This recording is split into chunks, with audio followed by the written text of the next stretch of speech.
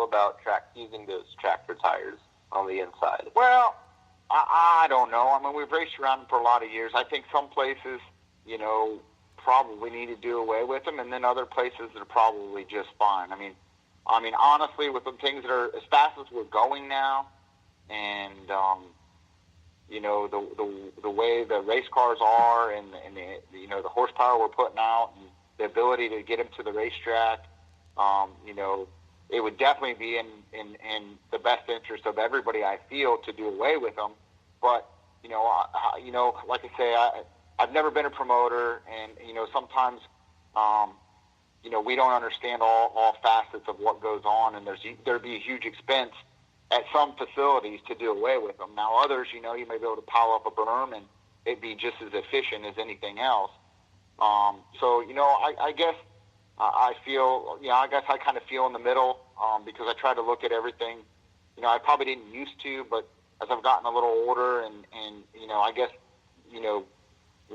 becoming good friends with the guy that owned our cars for years, Verl Warnemont, and All-Star Plumbing, he taught me a lot of things that sometimes you can get all amped up about some stuff and get pissed and want to try to fix things.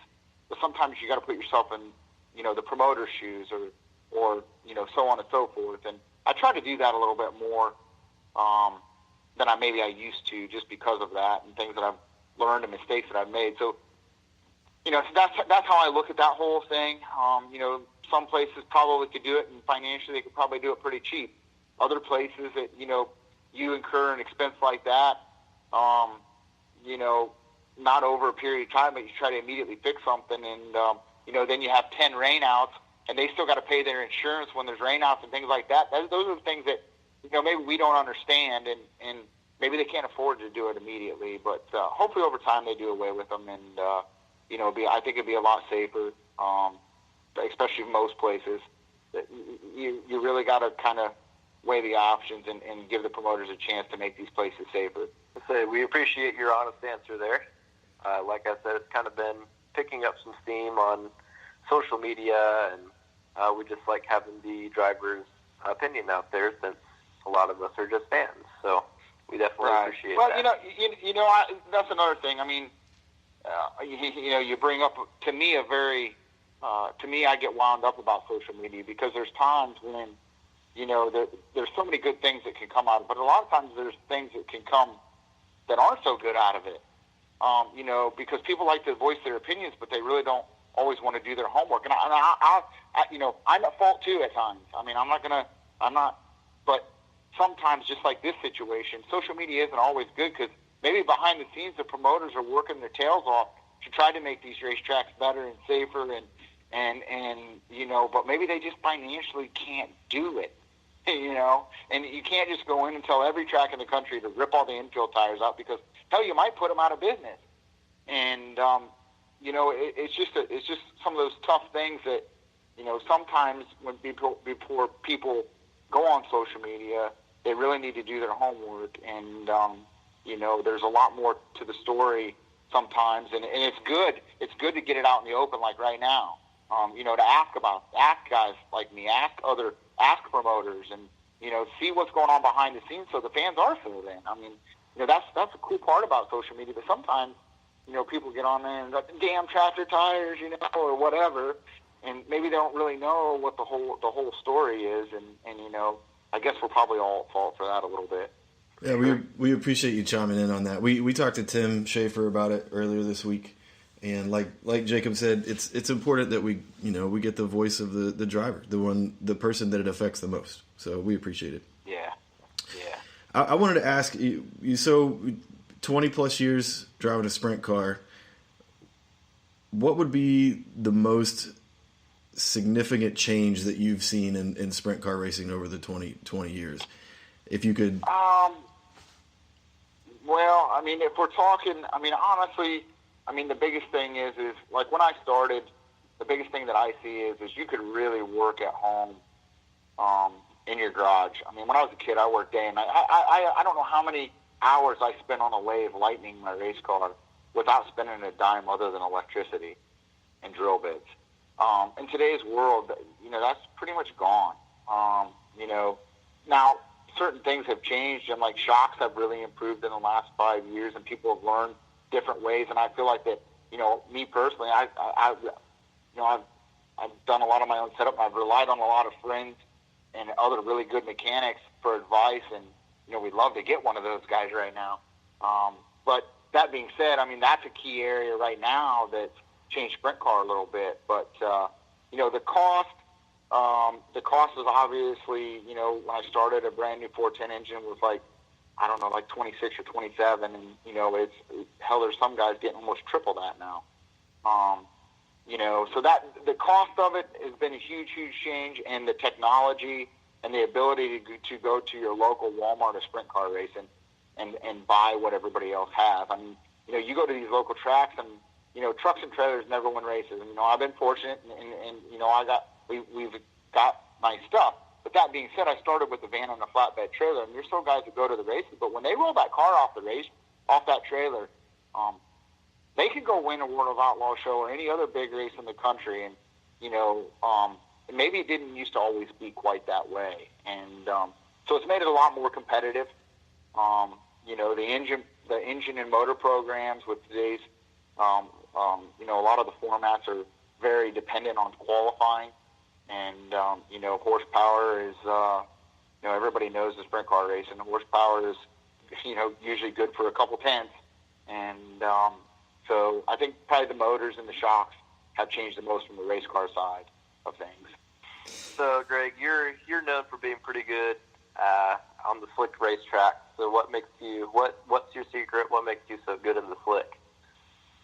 I don't know. I guess, you now that I've thought, you start thinking about things, and, as you get older and things change, and you're trying to keep up. And like right now, I feel like we got a little behind because of my setups and trying to be stuck in something. But as I think about that stuff, I was always pretty good early in my career in a non-wing car, which is a lot of throttle control. So I must have always been pretty good with my right foot and controlling and feeling it in my butt, the tires slipping. So obviously that's a huge key in slick track racing. I think we've growing up in Ohio, it ain't been so much lately, but people used to fear coming to Ohio because they knew they had to race on slick tracks. And hell, lately, when now we're like every other part of the country, and all we're worried about is seeing how muddy we can get them. And in today's world, I don't say a lot anymore in the public. Obviously, everybody knows I'm pretty good in slick tracks, but even as a fan, I haven't been to some of the outlaw races, and like the race at Bridgeport, New Jersey last week on the World of Outlaw race. I mean, I don't know what people have to see, because you're not going to see much better racing than one at Bridgeport. And if anybody noticed, it was slick. It didn't have to be dead slick, but in today's world of racing, it typically, it doesn't have just appease Greg Wilson, but normally a little drier track tends to lead to better racing because of going back to what we just discussed a little bit ago. The cars are more store-bought. Everybody's got really good stuff. Thank you, Greg, for joining us on the Ohio Dirt Track Podcast. We really appreciate your time, and I, again, apologize for losing the end of the interview both times. But I do want to tell you what he had to say was that they will be at Mansfield Motor Speedway Thursday, Friday, and Saturday this weekend for the Sprint Car World Championship. And he encouraged all the fans to come out, find the trailer, say hello, and have a conversation with him. He looks forward to meeting you. And with that, I'm going to pass it over to Jacob, who's going to give you a breakdown, the final registered drivers for the Sprint Car World Championship. Hello, folks. Today is Wednesday, which means that registration for the Sprint Car World Championship is now over. Registration closed Tuesday. There are 61 drivers signed up for this year's competition. So we're going to give a brief look into all the drivers and how their year is going. We'll go through this as quickly as possible, going in alphabetical order. So first off, we have Rico Abreu from Rutherford, California. He picked up his first win May 17th at Tulare and 360 competition, but he has 6 other top 5s all over the country. He finished 9th in last year's Sprint Car World Championship after changing a tire at the break. Then next we have Trevor Baker from Shreve, Ohio. He has multiple top 10s this year in Ohio, racing locally. Next up is Spencer Baston. He's running with the All-Stars this year out of Lebanon, Indiana. He has 3 top 10s and was 7th in last year's Sprint Car World Championship. Next up we have the Blaneys, Dale and Dave. First off, Dale. He has multiple top 5s racing anywhere from Knoxville to Pennsylvania. He is also an All-Star. Dave Blaney has been scaling back this year. He's in his own car. He was 21st in last year's Sprint Car World Championship. Next, we have Ryan Broughton from Frankfort, Ohio. He is running with the Attica Fremont Championship Series this year, just running locally. Next is Brian Brown from Green Valley, Missouri. The 2 times that Knoxville has ran this year, he has won. He has a couple other top 10s running with the Outlaws early this year. He was 18th in last year's Sprint Car World Championship. Next up, we have Stuart Brubaker from Gibsonburg. He's been running locally all year. He is your defending Attica track champion. Always tough wherever he races. Next up is Cale Conley from Vienna, West Virginia. He has a win this year in Attica and a good run at Waynesfield. He did lose his ride, though. I haven't heard anything if he's going to be there or not. We have the 69K of Lance DeWeese. They have 2 outlaw wins already, 3 other wins in Pennsylvania as well. Last year's non-qualifiers race winner, I believe they're like 5 of 9 or 5 of 10 when it comes to races won this year. We have Cole Duncan from Lockbourne, Ohio. He is your fast winner at Sharon. He's your fast points leader currently. He's racing all over the place, anywhere from Charlotte to Michigan to Ohio, Pennsylvania. He's been all over the place this year. He has some bad luck earlier this year, but it's turned around. He'll be tough to beat. Next is Tyler Dunn from Ontario, Ohio. He is a Wayne County regular. He improves each time he goes out. Corey Eliason is next from Selma, California. He won the All-Star race at Virginia Motor Speedway. He has 3 other top 5s and 2 other top 10s this year. DJ Foose from Fremont. He had a good run at Wayne County, the 11th. He's running locally, mainly Attica, Fremont, but with all the rainouts, he has gone to Wayne County. Skylar G is next, All-Star rookie from Brownsburg. He got his first All-Star podium at Fremont. He is a former ASCS member. He's had some solid runs this year at Attica and Fremont. Tyler Gunn is next from Napoleon, Ohio. He hurt at motor early on in the season. Made the show at Waynesfield, and he was 13th at last year's Sprint Car World Championship. Next up, we have Mitch Harble from Newark, Ohio. He's had bad luck all year. He's looking to rebound, finish strong at this year's race. Jack Hodenshield is next. He's from Worcester, obviously, just down the road from Mansfield. He has a solid year already. Picked up the May 17th win at Attica, and he's looking strong for this year's event. Caleb Helms from Findlay, Ohio. He's been running the big shows in Ohio and Florida. Cap Henry up next from Republic. He won the opener at Fremont. He's always a solid runner. 5th in last year's Sprint Car World Championship, and I believe he won the last Great Lakes Dirt Nationals at Mansfield. $20,000 to win. George Hobaugh is up next. He's running with the All-Stars out of Shakora, Pennsylvania. He's had a few good runs over in Sharon and Lernerville area. That's where he's from, so look for him to do well. Kelsey Ivey is in her sophomore season in 410. She's had some good runs locally in Wisconsin and Michigan. She's kind of been all over the place trying to find races with all the rain here. We have Dean Jacobs from Worcester. He won May 11th at Wayne County, and he picked up a new ride with the McClure Racing. Lee Jacobs is next from Dalton, Ohio, always a contender on a dry slick track.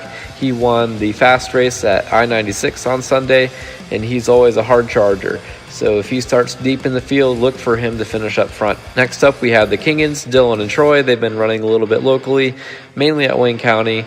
Mansfield is local to them. Look for them to improve on their struggles earlier this year. Buddy Kofoid is up next from Pengrove, California. He has 1 win this year at Fremont. He was 6th with the World of Outlaws at Lawrenceburg. He has a lot of top 5s and top 10s this year. Brian Lay from Genoa, Ohio, running with the AFCS. He's had some good runs locally. Cy Lynch, Worthington, Pennsylvania. He has a win at Lernerville and 2nd at Wayne County earlier this year. You never know where he's going to show up. Always a solid contender. Is the Madman, Kerry Madsen out of Knoxville. He has an outlaw top 10 at Lake Ozark. He's stayed in Australia longer than normal this year, so he's a little behind on races this year in the U.S., but he was 24th in last year's Sprint Car World Championship. Next up, we have the Mattises, Brandon and Brent. They've been running out in Pennsylvania a little bit. They've scaled back a little bit this year. used to run the All-Stars, but now they don't. Next up from Nashville, Tennessee is Paul McMahon. He has at least one All-Star top 5 early on this year and 3 other top 10s in Outlaw